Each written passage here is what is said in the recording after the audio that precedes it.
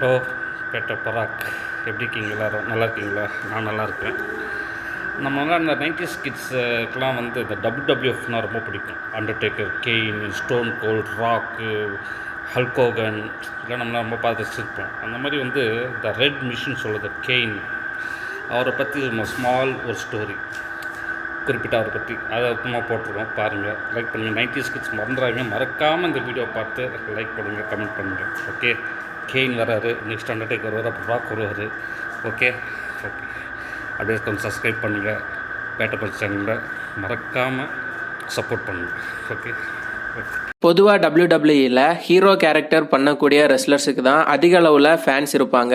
ஆனால் டபிள்யூடபிள்யூல இருந்த மொத்த டைமும் ஒரு வில்லன் கேரக்டரை பண்ணினாலுமே கூட அதிகமான அளவில் உண்மையான ரசிகர்களை சம்பாதிச்ச ஒரு லெஜெண்டரி ரெஸ்லர் அப்படின்னா அது மறுக்க முடியாம கேன் மட்டும்தான். இதுக்கு காரணம் என்ன அப்படின்னா, கேன் டபிள்யூடபிள்யூல மட்டும் கிடையாது, ரியல் லைஃப்ல ரொம்ப ரொம்ப நல்ல மனசு கொண்ட ஒரு மனிதர். எப்படி நம்ம தமிழ் ஹீரோஸ்ல தளபதியை வந்து எல்லாரும் தூக்கி வச்சு கொண்டாடுறோமோ அந்த மாதிரி தான் ரெஸ்லிங் ஃபேன்ஸ் அண்டர்டேக்கரையும் கேனையும் கொண்டாடிட்டு இருக்காங்க. டபிள்யூடபிள்யூல நிறைய ரெஸ்லர்ஸ் அவங்க முன்னேறதுக்காக மற்ற ரெஸ்லர்ஸை வந்து அடிச்சு கீழே தள்ளி அவங்கள ஏறி மிதிச்சு மேல வந்திருப்பாங்க. ஆனா கேன், அண்டர்டேக்கர் இவங்க ரெண்டு பேரை பொறுத்த அளவுல அவங்க வளர்ந்தது மட்டும் இல்லாம புதுசா வந்த ரெஸ்லர்ஸையும் வளர்த்து விட்டு தான் மேல வந்திருக்காங்க. ஆனா இப்பேற்பட்ட லெஜெண்டரி ரெஸ்லரான கேனே பாத்தீங்கன்னா டபிள்யூடபிள்யூல ஆரம்ப காலத்துல நிறைய கஷ்டங்களை தாண்டி வந்திருக்காரு. குறிப்பா ஆரம்பத்துல இவர் பண்ணின 2 கிமிக்கும் பாத்தீங்கன்னா டபிள்யூடபிள்யூல ரொம்ப மோசமா பார்க்கப்பட்டுச்சு. இதனால ஒரு கட்டத்துல டபிள்யூடபிள்யூஏ கேனை வெளியே அனுப்பலாம் அப்படின்னு நினைச்சிட்டு இருந்தாங்க.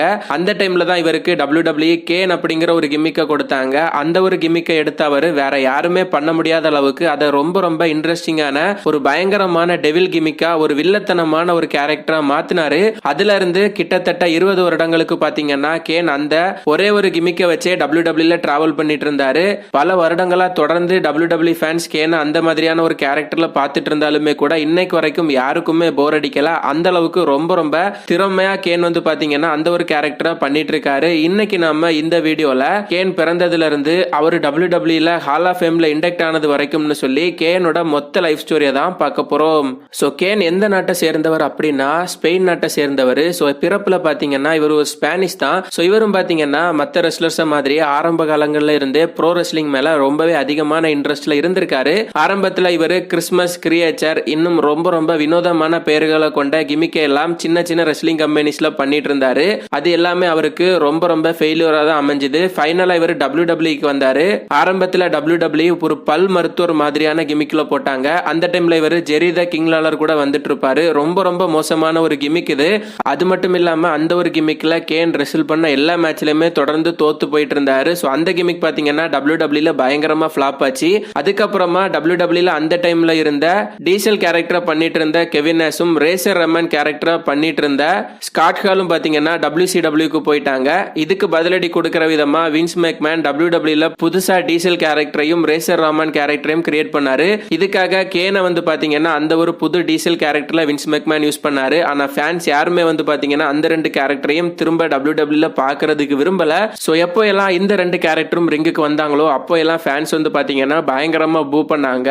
இதனால கேனோட இந்த ஒரு கேரக்டரும் பாத்தீங்கன்னா டபிள்யூடபிள்யூல பயங்கரமா ஃபிளாப் ஆச்சு. சோ கேனுக்கு டபிள்யூடபிள்யூ அடுத்து எந்த ஒரு திட்டமும் வச்சிருக்கல. சோ ஃபைனலா வின்ஸ் மேக்மேன் கேனை டபிள்யூடபிள்யூல இருந்து வெளிய அனுப்பலாம் அப்படிங்கிற ஒரு ஐடியால தான் இருந்திருக்காரு.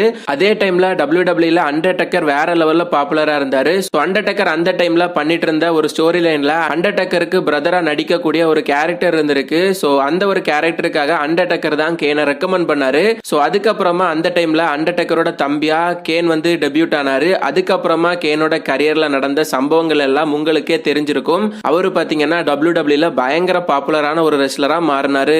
அதுக்கப்புறமா கேன் ஆரம்பத்துல அண்டர்டேக்கர் கூட தான் தொடர்ந்து நிறைய ஃபியூட்ஸை வந்து பண்ணிட்டு இருந்தாரு. அண்டர்டேக்கர் கூட ரொம்ப ரொம்ப ஐகானிக்கான மேட்ச்ல ரெஸ்ல் பண்ணாரு. குறிப்பா அண்டர்டேக்கருக்கும் கேனுக்கும் அந்த டைம்ல நடந்த ஒரு ரெசல்மேனியால கூட ஒரு மேட்ச் இருந்துச்சு. அதுக்கப்புறமா கேன் டபிள்யூடபிள்யூல அவரோட ஃபர்ஸ்ட் டபிள்யூடபிள்யூ சாம்பியன்ஷிப்பை வின் பண்ணாரு. ஆனா அந்த ஒரு டபிள்யூடபிள்யூ சாம்பியன்ஷிப் விக்டரி பாத்தீங்கன்னா வெறும் ஒரு நாளைக்கு தான் நீடிச்சது. அவர் வின் பண்ண அடுத்த நாளே நடந்த ரா எபிசோட்ல அதை ஸ்டோன் கோல்டு கிட்ட தோத்துருப்பாரு. அதுக்கப்புறமா ரொம்ப ரொம்ப ஷாக்கிங்கான சம்பவம் டபிள்யூடபிள்யூல நடந்தது. அண்டர்டேக்கரும் கேனும் டீமா இணைஞ்சு ஒர்க் பண்ண ஆரம்பிச்சாங்க. பிரதர்ஸ் ஆஃப் டிஸ்ட்ரக்ஷன் அப்படிங்கிற WWE ரொம்ப பாப்புலரான டாக் டீம் உருவாச்சு. ஆரம்பத்தில் அண்டர்டேக்கருக்கும் கேனுக்கும் குறிக்கோளா இருந்தது என்ன அப்படின்னா ஸ்டோன் கோல்டு கிட்ட இருந்து WWE சாம்பியன்ஷிப்பை எடுக்கணும் அப்படிங்கிறது தான். ஸோ அந்த டைம்ல ஸ்டோன் கோல்டு கூட நடந்த ஒரு ட்ரிபிள் த்ரெட் மேட்ச்ல அண்டர்டேக்கர் கேன் 2 பேரும் ஒரே டைம்ல ஸ்டோன் கோல்டை வின் பண்ணிருப்பாங்க. இதனால வின்ஸ் மெக்மேன் யாரையுமே சாம்பியன் அறிவிக்காம புதுசா WWE சாம்பியன்ஷிப்கான ஒரு டோர்னமெண்ட் அனௌன்ஸ் பண்ணுவாரு. அந்த டைம்ல தான் யாருமே எதிர்பார்க்காத நேரத்தில் அண்டர்டேக்கர் வந்து ஹீலா மாறுவாரு. அண்டர்டேக்கர் பால் பியரர் கூட ஜாயின் பண்ணி கேனோட அம்மா அப்பாவை எரிச்சு கொன்னது நான் தான் அப்படின்னு சொல்லி அவரு பாத்தீங்கன்னா ஒரு பயங்கரமான வில்லனா மாறினாரு. ஸோ கேன் வந்து WWE ஃபர்ஸ்ட் டைமா ஒரு பேபி ஃபேஸா ஒரு ஹீரோ கேரக்டர் அந்த டைம்ல எடுத்தாரு. ஸோ கேனுக்கு பாத்தீங்கன்னா ரசிகர்களோட சப்போர்ட் அந்த டைம்ல வேற லெவல்ல கிடைச்சது. ஸோ அண்டர்டேக்கர் கேனை ஏமாத்தினதுனால கேன் வந்து அந்த டைம்ல ரொம்ப தனிமையில இருக்கிற மாதிரி டிவில காமிக்கப்பட்டாரு. அதுக்கப்புறமா அவருக்கு எக்ஸ்பாக் அப்படிங்கிற ஒரு ஃப்ரெண்டு கிடைப்பாரு. ஸோ எக்ஸ்பாக்கும் அண்டர்டேக்கரும் பாத்தீங்கன்னா டாக் டீமா கொஞ்ச நாள் WWE ரெஸ்ல் பண்ணிட்டு இருந்தாங்க. இந்த டைம்ல தான் டோரி வில்சன் அப்படிங்கிற WWE ஒரு உமன் ரெஸ்லருக்கும் கேனுக்கும் வந்து பாத்தீங்கன்னா லவ் ஸ்டோரி ஆரம்பிச்சுது. ஸோ கேன் வந்து பாத்தீங்கன்னா பயங்கரமா லவ்ல இருப்பாரு. ஆனா அவரோட ஃப்ரெண்டான எக்ஸ்பாக் வந்து பாத்தீங்கன்னா கேனை ஏமாத்திட்டு டோரி வில்சன் கூட போயிருவாரு. இது பாத்தீங்கன்னா கேனுக்கு ரொம்ப ஹார்ட் பிரேக்கிங்கா இருக்கும். அதுக்கப்புறமா ரிவெஞ்ச் எடுக்கிற விதமா கேன் எக்ஸ்பாக் டோரி வில்சன் 2 பேருமே பாத்தீங்கன்னா அதுக்கப்புறமா நடந்த ஒரு ராய் எபிசோட்ல பயங்கரமா அட்டாக் பண்ணாரு. அதுக்கப்புறமா திரும்பவும் கேன் வந்து பாத்தீங்கன்னா தனிமைப்படுத்தப்பட்டாரு. இந்த டைம்ல கேன் திரும்ப ஒருக்கா பால் பியரர் கூட ஜாயின் பண்ணிட்டு அதுக்கப்புறமா ரெகுலரா WWE நடக்கக்கூடிய ப்ரோக்ராம்ல எல்லாம் அவரோட என்ட்ரன்ஸா கொடுத்துட்டு இருந்தாரு. எப்போ எல்லாம் WWE கேனோட தீம் மியூசிக் ஹிட் ஆகுதோ அப்ப எல்லாம் ஆடியன்ஸ் மத்தியில இருந்து பயங்கரமான ஒரு பாப் உருவாகும். எல்லாரும் வெறித்தனமா கத்துவாங்க. அந்த அளவுக்கு கேனுக்கு அந்த டைம்ல இருந்தே WWE அதிகமான ரசிகர்கள் உருவானாங்க. அதுக்கப்புறமா அந்த டைம்ல நடந்த ஒரு ராயல் ரம்பிள் மேட்ச்ல கேன் 11 பேரை எலிமினேட் பண்ணாரு. இது பாத்தீங்கன்னா அடுத்த 13 வருஷத்துக்கு WWE ஒரு பெரிய ரெக்கார்டாவே இருந்துட்டு இருந்துச்சு. அதுக்கப்புறமா ரெசல்மேனியா 17ல கேன் WWE ஹார்ட்கோர் சாம்பியன்ஷிப்பை வின் பண்ணுவாரு. அதுக்கப்புறமா திரும்பவும் ஒருக்கா அண்டர்டேக்கரும் கேனும் டீமா ஜாயின் பண்ணாங்க. இந்த தடவை பாத்தீங்கன்னா பழைய மாதிரி இல்லாம ரொம்ப டாமினன்டான ஒரு டாக் டீமா இவங்க இருந்தாங்க. அந்த டைம்ல WWE இருந்த நிறைய ரெஸ்லர்ஸ் பாத்தீங்கன்னா அண்டர்டேக்கர் கேன் கூட ரெஸ்ல் பண்றதுக்கே பயப்படுவாங்க. அந்த அளவுக்கு ஒரு பயங்கரமான டாக் டீம் அது. அதுக்கப்புறமா 2002ல அண்டர்டேக்கர் ஸ்மாக்டவுனுக்கு போயிருவாரு. கேன் வந்து பாத்தீங்கன்னா ராவுக்கு போனாரு. இதனால வேற வழி இல்லாம அண்டர்டேக்கரும் கேனும் வந்து பாத்தீங்கன்னா பிரிக்கப்பட்டாங்க. சோ அண்டர்டேக்கர் ஒரு சைடுல அவரோட லெஜெண்டரி கரியரை கண்டினியூ பண்ணிட்டு இருந்த டைம்ல கேன் ரொம்ப நாளைக்கு ஒரு மாஸ்க்டு ரெஸ்லரா இருந்ததுனால இந்த டைமும் இவரோட கிமிக் பாத்தீங்கன்னா அந்த டைம்ல WWE ஃபேன்ஸுக்கு வந்து போர் அடிக்க ஆரம்பிச்சது. சோ WWE அடுத்து கேனுக்கு புதுசா ஒரு ஸ்டோரி லைனை கொடுக்கணும் அப்படிங்கிறதுக்காக கேனை அன்மாஸ்க் பண்ணலாம் அப்படிங்கிற ஒரு முடிவுக்கு வந்து அதுக்கப்புறமா கேன் மாஸ்க் இல்லாம WWE தொடர்ந்து நிறைய ஸ்டோரி லைன்ஸா பண்ண ஆரம்பிச்சாரு. குறிப்பா ரூத்லெஸ் அக்ரஷன் ஈரா இருந்த டைம்ல கேனோட ஸ்டோரி லைன் எல்லாம் பாக்குறதுக்கே சகிக்காது. அந்த அளவுக்கு ரொம்ப கொடூரமான ஒரு ரெஸ்லரா அவரு காமிக்கப்பட்டாரு. அதுக்கப்புறமா ரெசல்மேனியா 20ல வந்து பாத்தீங்கன்னா கேனுக்கும் அண்டர்டேக்கருக்கும் திரும்ப ஒரு ரைவல்ரி ஸ்டார்ட் ஆச்சு. இந்த டைம்ல தான் அண்டர்டேக்கர் அவரோட அமெரிக்கன் பேடாஸ் கேரக்டரை ரிட்டையர் பண்ணிட்டு திரும்பவும் அவரோட டெட்மேன் கேரக்டருக்கு போயிருப்பாரு. சோ 2வது தடவையா ரெசல்மேனியால அண்டர்டேக்கரை ஃபேஸ் பண்ண கேன் அதுக்கப்புறமா லீட்டா கூட இன்னொரு காதல் கதையை ஆரம்பிச்சாரு. லீட்டாவோட ஒரிஜினல் பாய் ஃப்ரெண்டான மேட் ஹார்டிக்கும் கேனுக்கும் ஒரு மேட்ச் நடக்கும். இந்த மேட்சோட விதிமுறைப்படி மேட்ச் யார் வின் பண்றாங்களோ அவங்க வந்து அன்னைக்கு லைவா ஸ்கிரீன்ல வச்சு லீட்டாவை மேரேஜ் பண்ணலாம். சோ அந்த மேட்ச்ல வின் பண்ண கேன் பாத்தீங்கன்னா லீட்டாவை மேரேஜ் பண்ணிருப்பாரு. அதுக்கப்புறமா லீட்டாவும் பாத்தீங்கன்னா பயங்கரமா கேனை காதலிக்கிற மாதிரி எல்லாம் WWE காமிப்பாங்க. ஆனா ஏற்கனவே டோரி வில்சன் கேனை ஏமாத்தின மாதிரி லீட்டாவும் பாத்தீங்கன்னா எட்ஜ் கூட ஜாயின் பண்ணிட்டு கேனை பயங்கரமா ஏமாத்திடுவாங்க.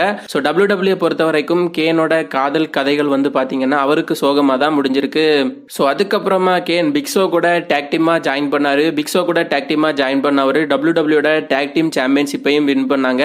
அதுக்கப்புறமா அந்த டைம்ல தான் கேனோட ஒரு ஹாலிவுட் மூவி ரிலீஸ் ஆச்சு. சி நோ ஈவில் அப்படிங்கிற ஒரு படத்துல கேன் பயங்கரமான ஒரு மான்ஸ்டர் வில்லன் கேரக்டரா பண்ணிருப்பாரு. அதுக்கப்புறமா கேன் பிக்ஸோக்கு அகைன்ஸ்டா டேன் ஆகி திரும்ப ஒருக்கா கேன் வந்து பாத்தீங்கன்னா ஒரு ஹீல் ரெஸ்லரா மாறினாரு. இந்த டைம்ல WWE கேனோட ஹாலிவுட் மூவிக்கான ப்ரொமோஷன் எல்லாம் பயங்கரமா பண்ணிட்டு இருந்தாங்க. சோ பிக்ஸோ கிட்ட இருந்து பிரிஞ்சதுக்கு அப்புறமா அவரு திரும்ப பாத்தீங்கன்னா விசரா கூட ஒரு ஃபியூட ஆரம்பிச்சாரு. இந்த டைம்ல அவரு திரும்பவும் ஒருக்கா அண்டர்டேக்கர் கூட டாக் டீம்ல ஜாயின் பண்ணாரு. சோ WWE 3வது தடவையா பிரதர்ஸ் ஆஃப் டிஸ்ட்ரக்ஷன் ஃபார்ம் ஆனாங்க. அதுக்கப்புறமா நார்மலா கொஞ்ச நாள் ரெஸ்ல் பண்ணிட்டு கேன் வந்து பாத்தீங்கன்னா வேர்ல்டு சாம்பியன்ஷிப்பை வின் பண்ணலாம் அப்படிங்கிற ஒரு ஐடியாவுக்கு வந்தாரு. இந்த டைம்ல தான் ரெசல்மேனியா 24ல ஒரு பேட்டில் ராயல் மேட்ச் நடந்துச்சு. அந்த மேட்சை வின் பண்ணது மூலமா அவருக்கு சாவோ கொரேரோ வந்து ஃபேஸ் பண்றதுக்கான ஒரு வாய்ப்பு கிடைச்சது. அந்த டைம்ல சாவோ கொரேரோ தான் WWEயோட ECW வேர்ல்டு சாம்பியனா இருந்தாரு. சோ சாவோ கொரேரோவை 11 செகண்ட்ல தோக்கடிச்ச கேன் பாத்தீங்கன்னா ECW சாம்பியன்ஷிப்பை வின் பண்ணிருப்பாரு. ரொம்ப டிசர்விங்கான ஒரு விக்டரி தான் அது. காரணம் ஆரம்ப காலத்துல WWE அவர் ஒரு டைம் WWE சாம்பியனா இருந்தாரு. அதுவும் பாத்தீங்கன்னா ஒரு நாளைக்கு தான் இருந்தாரு. அதுக்கப்புறமா அவர் WWE வின் பண்ண ஃபர்ஸ்ட் வேர்ல்டு டைட்டில் இதுதான். இதுக்கு இடையிலே பாத்தீங்கன்னா கிட்டத்தட்ட 7 வருஷம் கேப் இருந்துச்சு. ஸோ கண்டிப்பா ரொம்ப ரொம்ப டிசர்விங்கான ஒரு வின் தான் அவருக்கு. ஆனா பாத்தீங்கன்னா கேனுக்கு ECW சாம்பியன்ஷிப்பை வின் பண்றதை விட WWE சாம்பியன்ஷிப் இல்லைன்னா வேர்ல்டு ஹெவிவெயிட் சாம்பியன்ஷிப்பை வின் பண்ணணும் அப்படிங்கிற ஒரு ஆசை தான் அதிகமா இருந்துச்சு. ஸோ கேன் பாத்தீங்கன்னா அந்த டைம்ல நடந்த ஒரு மணி இந்த பேங்கை வின் பண்ணாரு. அந்த மணி இந்த பேங்க் அவர் ரே மிஸ்டீரியோ மேல கேஷ் இன் பண்ணி ஃபர்ஸ்ட் டைமா WWE வேர்ல்டு ஹெவிவெயிட் சாம்பியன்ஷிப்பையும் வின் பண்ணாரு. வேர்ல்டு சாம்பியன்ஷிப்பை வின் பண்ண கேன் அடுத்து டைரக்டா அண்டர்டேக்கர் கூட அடுத்து ஒரு ஃபியூட ஆரம்பிச்சாரு. ஸோ 3வது தடவையா கேனும் அண்டர்டேக்கரும் WWE அவங்களோட ஃபியூட ஆரம்பிச்சாங்க. இந்த டைம்லயும் பாத்தீங்கன்னா ரசிகர்களுக்கு கொஞ்சம் கூட போர் அடிக்கல. காரணம் 2 பேருக்கு நடுவுல இருந்த ஸ்டோரி லைன் அப்படிங்கிறது ரொம்ப ரொம்ப ஸ்ட்ராங்கா இருந்தது தான். எப்பவும் பாத்தீங்கன்னா அண்டர்டேக்கர் தான் கேனோ தோக்கடிச்சிட்டு இருப்பாரு. ஆனா இந்த டைம்ல பாத்தீங்கன்னா விஷயம் எல்லாமே தலைகீழா இருந்துச்சு. கேன் அந்த டைம்ல நடந்த 3 மேட்சஸ்ல தொடர்ந்து அண்டர்டேக்கரை தோக்கடிச்சாரு. ஃபர்ஸ்ட் ஒரு night of champions pay per view மேட்ச்லயும், அதுக்கப்புறமா நடந்த ஒரு ஹெல் இன் எ செல் மேட்ச்லயும், அதுக்கப்புறமா நடந்த ஒரு பரீட் அலைவ் மேட்ச்லயும் சொல்லி தொடர்ந்து 3 மேட்சஸ்ல கேன் அண்டர்டேக்கரை தோக்கடிச்சு தொடர்ந்து WWE வேர்ல்டு சாம்பியனா இருந்துட்டு இருந்தாரு. அண்டர்டேக்கர் கூட ஸ்டோரி லைன் முடிஞ்சதுக்கு அப்புறமா கேன் இந்த தடவை எட்ஜ் கூட ஒரு ஸ்டோரி லைன் ஆரம்பிச்சாரு. ஸோ எட்ஜ் கூட நடந்த ஒரு TLC மேட்ச்ல கேன் அவரோட வேர்ல்டு சாம்பியன்ஷிப்பை இழந்திருப்பாரு. அந்த டைம்ல இந்த ஒரு தோல்வி அவருக்கு பெரிய ஒரு பாதிப்பை ஏற்படுத்தல. காரணம் அவர் அப்பவே WWE ஒரு லெஜெண்டா மாறிட்டாரு. அதுக்கப்புறமா 2011ல பிக்ஸோவும் கேனும் டீமா இணைஞ்சு அந்த டைம்ல இருந்த நியூ நெக்ஸஸ் ஆன கோர் டீமை பாத்தீங்கன்னா ஃபேஸ் பண்ணாங்க. அது மட்டும் இல்லாம பிக்ஸோவும் கேனும் அந்த டைம்ல WWE டாக் டீம் சாம்பியன்ஸாவும் மாறினாங்க. அதுக்கப்புறமா கேனுக்கு ஏற்பட்ட ஒரு இன்ஜுரினால கொஞ்ச நாள் WWE வராம இருந்தாரு. திரும்ப அவர் ரிட்டர்ன் ஆகும்போது பழைய மாதிரி மாஸ்க போட்டு அவரோட பழைய கிமிக்ல வந்திருப்பாரு. இந்த டைம்ல பாத்தீங்கன்னா ஃபேன்ஸ் எல்லாரும் கேனை பாக்குறதுக்கு ரொம்ப ரொம்ப ஆர்வத்தோட இருந்தாங்க. வந்த உடனே பாத்தீங்கன்னா ஜான்சினா கூட ஒரு ஃபியூட ஆரம்பிச்சாரு. அதுக்கப்புறமா ராண்டி ஓர்டன் கூட, அதுக்கப்புறமா CM பங்க் கூட, அதுக்கப்புறமா டேனியல் பிரைன் கூட சொல்லி வரிசையா தொடர்ந்து மெயின் ஈவென்ட் மேட்சஸ்ல கேன் ரெஸ்ல் பண்ண ஆரம்பிச்சாரு. இந்த டைம்ல தான் WWE யாருமே எதிர்பார்க்காத அந்த ஒரு மூவை எடுத்தாங்க. டேனியல் பிரைனும் கேனும் டீமா இணைஞ்சு டீம் ஹெல் நோ அப்படிங்கிற ஒரு டீமை ஃபார்ம் பண்ணாங்க. சோ கேன் பாத்தீங்கன்னா ரொம்ப அக்ரெசிவான ஒரு வில்லத்தனமான கேரக்டர்ல இருந்து டேனியல் பிரைன் கூட ரொம்ப ரொம்ப கமெடிக்கான ஒரு கேரக்டரை பண்ண ஆரம்பிச்சாரு. சோ WWE ஏற்கனவே பாத்தீங்கன்னா கேன் ஒரே ஒரு தடவை இந்த மாதிரியான கமெடியனா இருந்தாரு. இந்த டைம்ல பாத்தீங்கன்னா அவர் தொடர்ந்து டேனியல் பிரைன் கூட இணைஞ்சு ரொம்ப ரொம்ப கமெடிக்கான செக்மெண்ட்ஸ்ல எல்லாம் இருந்தாரு. குறிப்பா ஏஜேலி கூட அவர் பண்ண அந்த காமெடியான செக்மெண்ட் எல்லாம் யாருமே மறந்திருக்க முடியாது. கேன் கூட டீமா இணைஞ்சதுனால டேனியல் பிரைனுக்கு பாத்தீங்கன்னா WWE சாம்பியன் ஆகிறதுக்கான ஆப்பர்ச்சுனிட்டி அவர் WWE சாம்பியனா மாறிடுவாரு. அதுக்கப்புறமா கேன் பாத்தீங்கன்னா இன்னொரு தடவை WWE அவரோட மாஸ்க கலட்டினாரு. இந்த டைம்ல அவர் ஒரு ரெஸ்லரா மாறதுக்காக கலட்டாம WWE ஒரு அத்தாரிட்டி ஃபிகரா மாறினாரு. சோ கேன் பாத்தீங்கன்னா மாஸ்க் இல்லாம சூட் அண்ட் டை போட்டுட்டு WWE story line director of operation அப்படிங்கிற ரோலை எடுத்துட்டு அவர் பாத்தீங்கன்னா அத்தாரிட்டி டீம்ல ஜாயின் பண்ணாரு. WWE அத்தாரிட்டில மெம்பரா மாறின கேன் அத்தாரிட்டி டீம்ல ரொம்ப ரொம்ப நார்மலான ஒரு ரோலை பண்ணிட்டு இருந்தாரு. அதுக்கப்புறமா கேன் பாத்தீங்கன்னா திரும்பவும் ஒருக்கா மாஸ்க போட்டுட்டு டேனியல் பிரைன் கூட பாத்தீங்கன்னா ஒரு ஃபியூட பண்ணாரு. குறிப்பா அந்த டைம்ல இவர் டேனியல் பிரைனுக்கு ஸ்டீல் ஸ்டெப்ஸ் மேலையும் டேபிள்ஸ் மேலையும் கூட பாத்தீங்கன்னா டூம்ஸ்டோன் பைல் டிரைவரை போட்டிருப்பாரு. அந்த அளவுக்கு திரும்பவும் ஒருக்கா ரொம்ப ரொம்ப கொடூரமான ஒரு ரெஸ்லரா காமிக்கப்பட்டாரு. அதுக்கப்புறமா ஒரு கட்டத்துல கேனுக்கே அவர் WWE எல்லாமே அச்சீவ் பண்ணியாச்சு அப்படிங்கிற ஒரு தாட் வந்துச்சு. அவரோட வாழ்க்கையில திரும்பவும் ஒருக்கா பாத்தீங்கன்னா அவருக்கு அரசியலுக்கு போகணும் அப்படிங்கிற அந்த ஒரு ஆசையும் வந்துச்சு. கேன் பாத்தீங்கன்னா நிஜ வாழ்க்கையில நிறைய பேருக்கு உதவி பண்ணிருக்காரு. ரொம்ப ரொம்ப பப்ளிக் சர்வீஸ் மனசுள்ள ஒரு நல்ல ஒரு மனிதன். இவர் பாத்தீங்கன்னா திரும்பவும் அவரோட ஊர்ல மேயர் எலெக்ஷன்ல நின்றுருக்காரு. அது மட்டும் இல்லாம 86% வாக்குகளை வாங்கி நம்பர் 1 இடத்துல கேன் பாத்தீங்கன்னா மேயரா மாறினாரு. இப்ப பாத்தீங்கன்னா கேன் WWE அதிகமா வரது கிடையாது. சோ அவர் பாத்தீங்கன்னா பொது வாழ்க்கையில அவர் அர்ப்பணிச்சுட்டு ஃபாரின் மக்களுக்கு எக்கச்சக்கமான உதவிகளை பண்ணிட்டு ஒரு பயங்கரமான அரசியல்வாதியா இருந்துட்டு இருக்காரு.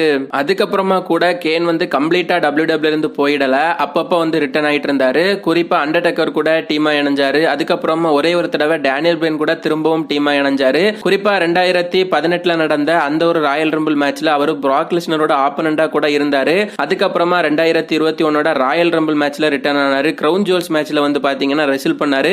அப்பப்போ WWE ரொம்ப ரொம்ப முக்கியமான மேட்சஸை கொடுக்கறதுக்காக கேன் ரிட்டர்ன் ஆகி வந்துட்டு தான் இருக்காரு. இப்பவும் பாத்தீங்கன்னா கேன் WWE இருந்து கம்ப்ளீட்டா ரிட்டையர்ட் ஆகிட்டார் அப்படின்னு சொல்லவே முடியாது. கேன் திரும்ப ரிட்டர்ன் ஆகி ஒரு 5 வருஷம் ரெஸ்ல் பண்ணா கூட ஆச்சரியப்படுறதுக்கு இல்ல. அந்த அளவுக்கு பிசிக்கலா அவர் இன்னும் ஸ்ட்ராங்கா தான் இருந்துட்டு இருக்காரு. அவரோட ஸ்டோரி லைன் பிரதரான அண்டர்டேக்கர் பாத்தீங்கன்னா பிசிக்கலா ரொம்ப ரொம்ப வீக் ஆயிட்டாரு. அதனாலதான் அண்டர்டேக்கர் ரிட்டர்ன் ஆனாரு. ஆனா பாத்தீங்கன்னா கேன் அந்த மாதிரி கிடையாது. திரும்ப வரதுக்கான வாய்ப்பு ரொம்பவே அதிகமா இருக்கு. நீங்க ஒரு கேனோட ஃபேனா இருந்தீங்க அப்படின்னா மறக்காம வீடியோ ஒரு லைக் பண்ணிட்டு கேனை பத்தின உங்களோட ஒப்பீனியன்ஸை கீழே கமெண்ட் பண்ணுங்க. வீடியோ பிடிச்சிருந்தா வீடியோ ஒரு லைக் பண்ணுங்க. நம்ம சேனலை சப்ஸ்கிரைப் பண்ணாதவங்க சப்ஸ்கிரைப் பண்ணி உங்களோட ரெஸ்லிங் நண்பர்களுக்கு மறக்காம இந்த ஒரு வீடியோ